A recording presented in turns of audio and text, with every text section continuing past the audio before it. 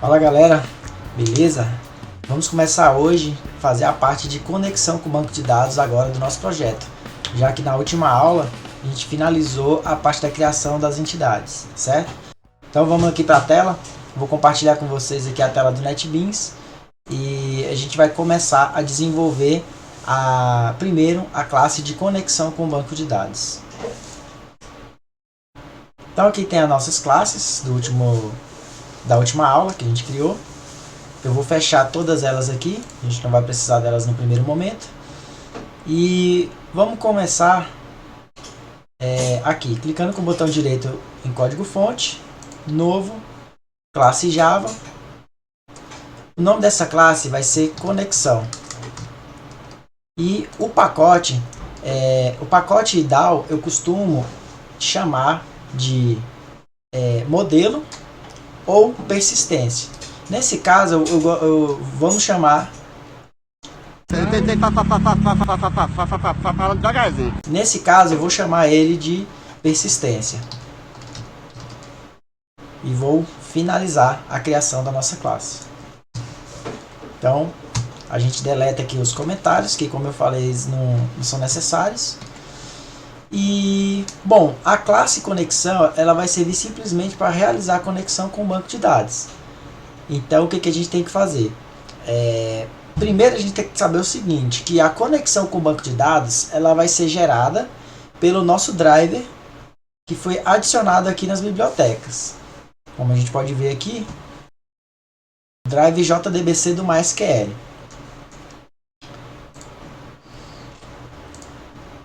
Bom, pessoal, então nesse sentido, a conexão em si ela é gerada por outro objeto e não por essa classe que a gente está criando agora. E para realizar ela, a gente vai criar um método, só que vai ser um método estático. Ou seja, eu não vou precisar criar um objeto da classe conexão para que eu consiga abrir a conexão com o banco de dados. Ok? Então vamos declarar aqui um método público, né? Public static connection. Get conexão, parênteses e chaves.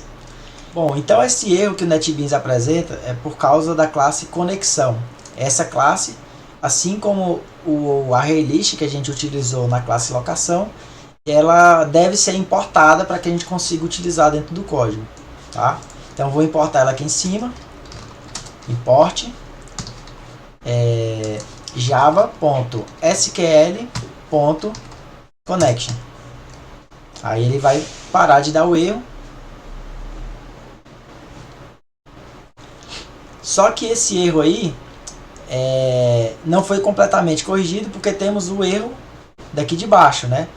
Quando a gente coloca um tipo de dado antes do nome do método, quer dizer que é preciso retornar alguma coisa desse tipo aqui. E no caso, a gente precisa retornar uma conexão, tá? E outra coisa, a gente precisa, sempre que trabalhar com o banco de dados, utilizar o comando try-catch, tá? Que ele vai servir para verificar se a conexão foi aberta com sucesso ou não e não aparecer um erro para o usuário. Ele vai aparecer uma mensagem mais personalizada, tá ok? Então eu vou criar aqui o bloco try catch com exception e fechar o bloco catch aqui embaixo, tá? No caso do bloco catch, ele acontece de cair nesse bloco quando deu algum erro na hora de fazer a conexão. Então, quando der algum erro, eu vou retornar nulo, o que significa que a gente não conseguiu realizar a conexão com o banco de dados, certo? Agora aqui dentro do bloco try eu vou colocar a parte de conexão propriamente dita. Então eu começo declarando a variável connection. Eu posso dar um nome que eu quiser para essa variável. Eu vou colocar somente C, vai ser igual a...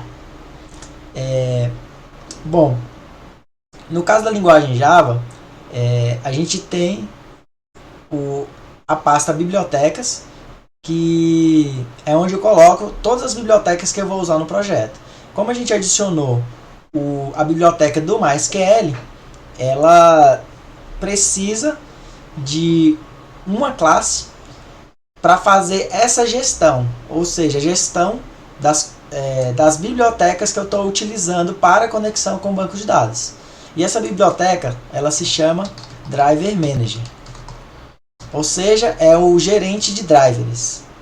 Então, eu coloco Driver Manager, ponto, ele já apresenta para mim as possibilidades do driver para a abertura da conexão. Então, aqui eu tenho Get Connection,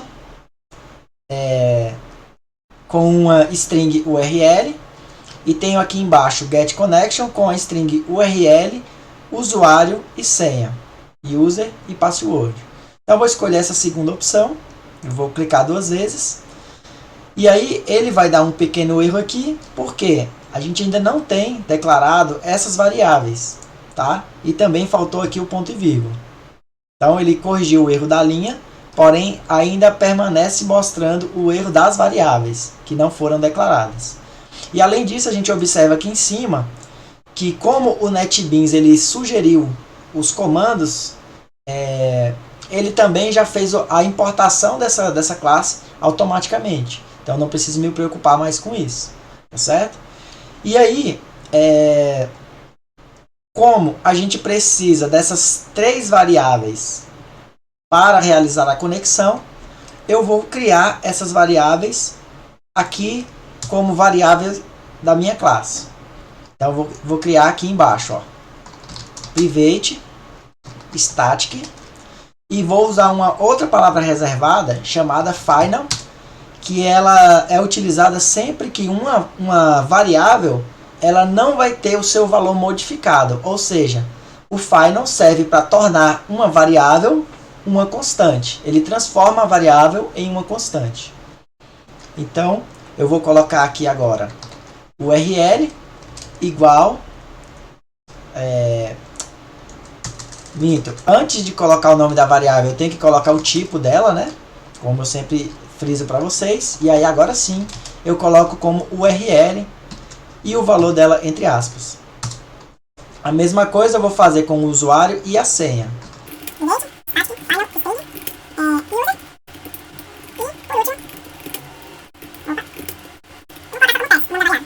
Então observe que eu deixei todas elas sem preencher, tá?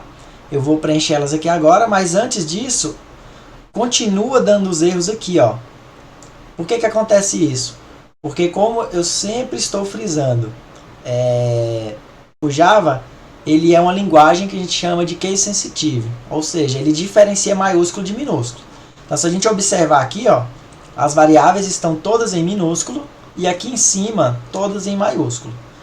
E eu coloquei aqui de propósito por 2 motivos. O primeiro é para mostrar essa questão, né, que o Java diferencia maiúsculo de minúsculo.